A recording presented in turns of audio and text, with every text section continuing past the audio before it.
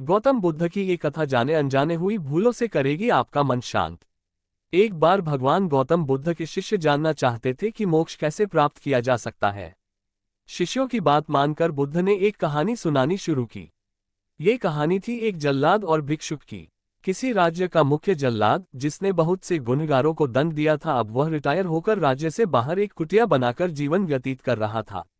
उसे हमेशा लगता था कि उसने कई लोगों की हत्या की है, वह बहुत पापी है। एक दिन उसके दरवाजे पर किसी की आवाज आई। उसने बाहर जाकर देखा तो एक बौद्ध भिक्षुक खड़ा था। जल्लाद के मन में आया कि जिंदगी भर तो मैंने हत्याएं ही की हैं, आज मौका मिला है कुछ पुण्य कमाने का, तो इसे गंवाना नहीं चाहिए। उसने भिक्षुक को अंदर बुलाया और अपनी खाने की थाली उसे दे दी।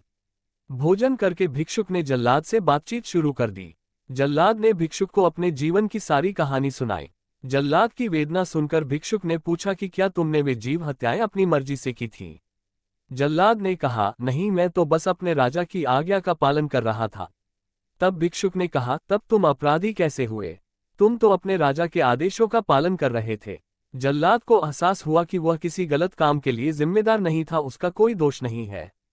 इस प्रकार जल्लाद का मन शांत हुआ। फिर भिक्षुक ने जल्लाद को उपदेश दिया और उससे विदा ले ली। भिक्षुक को विदा करके जब जल्लाद वापस घर में आया, उसकी मृत्यु हो गई, जिसके बाद उसको मोक्ष प्राप्त हुआ। तो दोस्तों, ये बुद्ध मॉरल स्टोरी आपको कैसी लगी जरूर बताना और कमेंट में नमो बुद्धाय जरूर लिखिए।